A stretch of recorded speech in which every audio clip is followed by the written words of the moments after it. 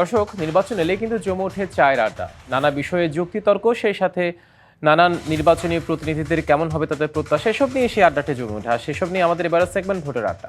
ভোটের আড্ডায় নানা শ্রেণীর পেশার মানুষের ভাবনা নিয়ে গাজীপুর থেকে আমাদের সাথে সরাসরি যুক্ত হয়েছেন সহকর্মী মাহমুদা শিকদার। মাহমুদা, এই শীতের কনকনে শীত উপেক্ষা করেও আপনার ওখানে বেশ মানুষের ভিড় দেখতে পাচ্ছি। বিভিন্ন শ্রেণী পেশার মানুষ এখানে আছে, চায়ের দোকান থেকে আপনি যুক্ত হয়েছেন। কি ভাবছে তারা আগামী নির্বাচন নিয়ে? নানা প্রত্যাশা এবং সংশয় নিয়েই কিন্তু অপেক্ষা চলছে ত্রয়োদশ নির্বাচনের। ভোটাররা কিন্তু অপেক্ষা করছে জনপ্রতিনিধিদের, এবং জনপ্রতিনিধিরা যাচ্ছে বিভিন্ন আশা আকাঙ্ক্ষা পূরণের আশা নিয়ে যাচ্ছে, প্রত্যাশা এবং সবকিছু নিয়ে ভোটারদের দ্বারে দ্বারে ঘুরছে।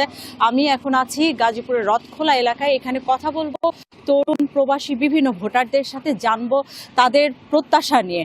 আমি প্রথমেই আমার পাশে একজন তরুণ ভোটার আছে, তার কাছেই যাব। যে আপনার কাছে জানতে চাইবো যে সামনেই তো নির্বাচন, কেমন নির্বাচন চাচ্ছেন আপনি? একটি সুষ্ঠু এবং সুন্দর নির্বাচন চাচ্ছি। আমি আরো একটু জানতে চাইবো আপনাদের কাছে যে সামনেই তো নির্বাচন, কেমন প্রতিনিধি আপনারা আশা করছেন এই নির্বাচন থেকে? আমি চাচ্ছি এবছর ভালো একটা প্রতিনিধি আসুক এবং সুস্থ এবং সবল নির্বাচন হোক এবং আইনশৃঙ্খলা থাকবে নির্বাচনে, এবং সুন্দর একটা বাংলাদেশ চাই যাতে সব দিক দিয়ে ভালো হয় এবং ব্যবসা বাণিজ্য ভালো হয়। আসলে সবাই ব্যবসা বাণিজ্য সকল কিছু আইন শৃঙ্খলা পরিস্থিতি সবকিছু নিয়েই আসলে তাদের সংশয় কাজ করছে। আমি আরেকটু আমার পাশে আরেকজন ভোটার আছে, তার কাছে যাব যে সামনে যে নির্বাচন আসছে সেই নির্বাচনে আপনাদের নিশ্চয়ই কিছু প্রত্যাশা আছে, কতটা প্রতিফলিত হবে সেই প্রত্যাশা বলে মনে করছেন?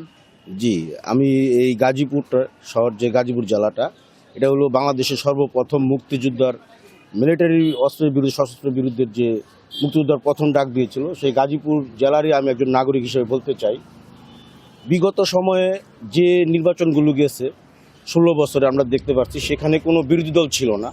সেখানে শুধু আপনি কাজ করছে একই দল। যেই দলের প্রতিনিধি ছিল তারা কিন্তু বিনা প্রতিদ্বন্দ্বিতায় পাশ করে গেছে। তারই ধারাবাহিকতা দেখে এরকমও শোনা গেছে বিভিন্ন পত্রপত্রিকায় দিনের ভোট রাত্রে দিছে, যেটা প্রশাসনের মাধ্যমে করছে।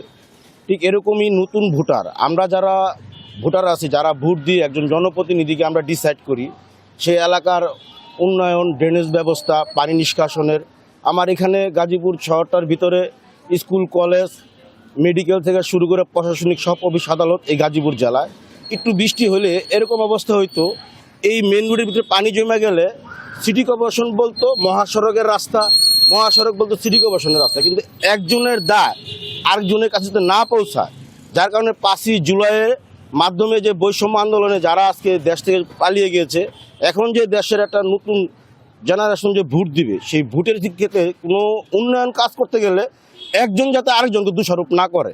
আমরা জনগণ যারা আছি, আমাদের চাওয়া পাওয়া কি, একজন ভোটার, একজন জনপ্রতিনিধি, সে এমপি হোক, কাউন্সিলর হোক, মেম্বার হোক, সে চেয়ারম্যান হোক, সিটি কর্পোরেশন হোক, কারো কাছে দায়বদ্ধ আরেকজন চাপানো যাবে না, তাকে ইনস্ট্যান্টে হবে।